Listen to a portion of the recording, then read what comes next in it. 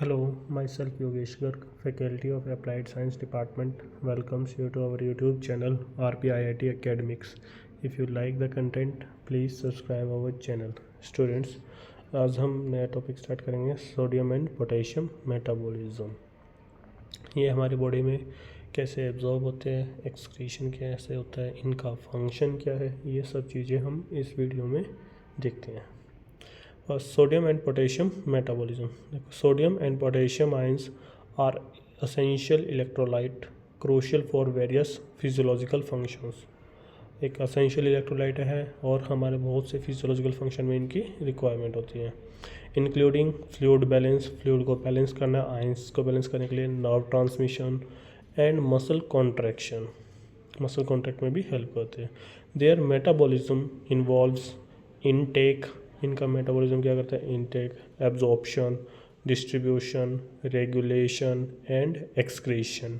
Metabolism में ये चीज़ें हम इसको इन्वॉल्व करते हैं। तो डिटेल देखते हैं। First of all sodium metabolism.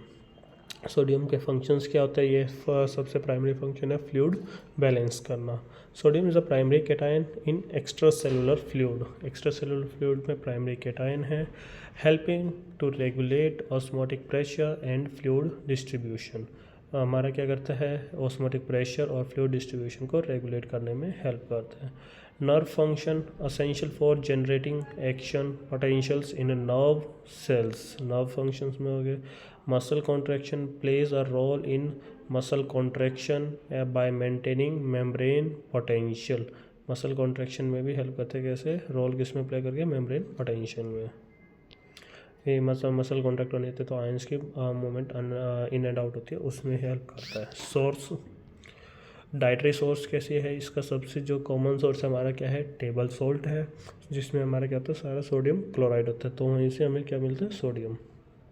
Process food, जो हम खाना खाते हैं प्रोसेस करके, उसमें कैंड सूप में सॉस एंड स्नैक्स, इन सब से हमें ये सोडियम मिल जाता है। एब्जॉर्प्शन, अब एब्जॉर्प्शन कैसे होता है, location absorb mainly in small intestine. Absorption हमारा जो है स्मॉल इंटेस्टाइन में हो जाता है। इसका mechanism, sodium is absorb through किस ट्रांसपोर्ट के थ्रू होता है, एक्टिव ट्रांसपोर्ट मैकेनिज्म, जिसमें क्या होता है, सोडियम पोटेशियम पंप के थ्रू ये क्या होता है, एब्जॉर्ब होता है और एनर्जी कंज्यूम होती है इसमें। रेगुलेशन, हार्मोनल कंट्रोल है। हार्मोन्स कौन कौन से, aldosterone, anti diuretic hormone, atrial natriuretic peptide, ये सब हार्मोन्स इसमें कंट्रोल करने में हेल्प करते हैं। पहला एल्डोस्टेरोन कैसे, increase sodium reabsorption in the kidney helping to retain sodium and water.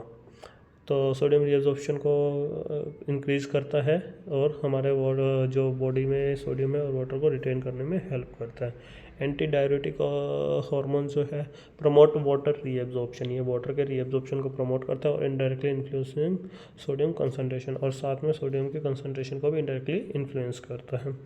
Atrial natriuretic peptide release by the heart से रिलीज होते हैं। It reduce sodium reabsorption and promotes its excretion. Sodium reabsorption को reduce करता है और excretion को promote करता है।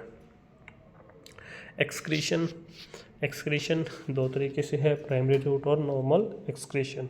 जो प्राइमरी रूट है उसमें क्या होता है, देखो, sodium is primarily excreted through urine with a small amount lost in sweat and faeces. सबसे ज़्यादा जो हमारा ये सोडियम है लॉस हो रहा है यूरिन के थ्रू, और जब हम जैसे स्वेटिंग करते हैं तो उससे भी बॉडी से आयंस लॉस हो जाते हैं, और साथ में ही हमारे फीकल मैटर से भी आयंस का लॉस होता है, सोडियम का लॉस होता है। नॉर्मल एक्सक्रीशन देखा जाए तो typically around 100 to 300 milligram of sodium is excreted daily.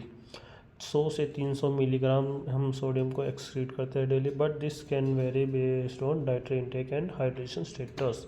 साथ में हम कितना ले रहे हैं, इंटेक कितना है, उस पर भी डिपेंड करेगा, और हमारे बॉडी में वाटर का कंटेंट कितना है उस पर भी डिपेंड करेगा। ठीक है, ओके।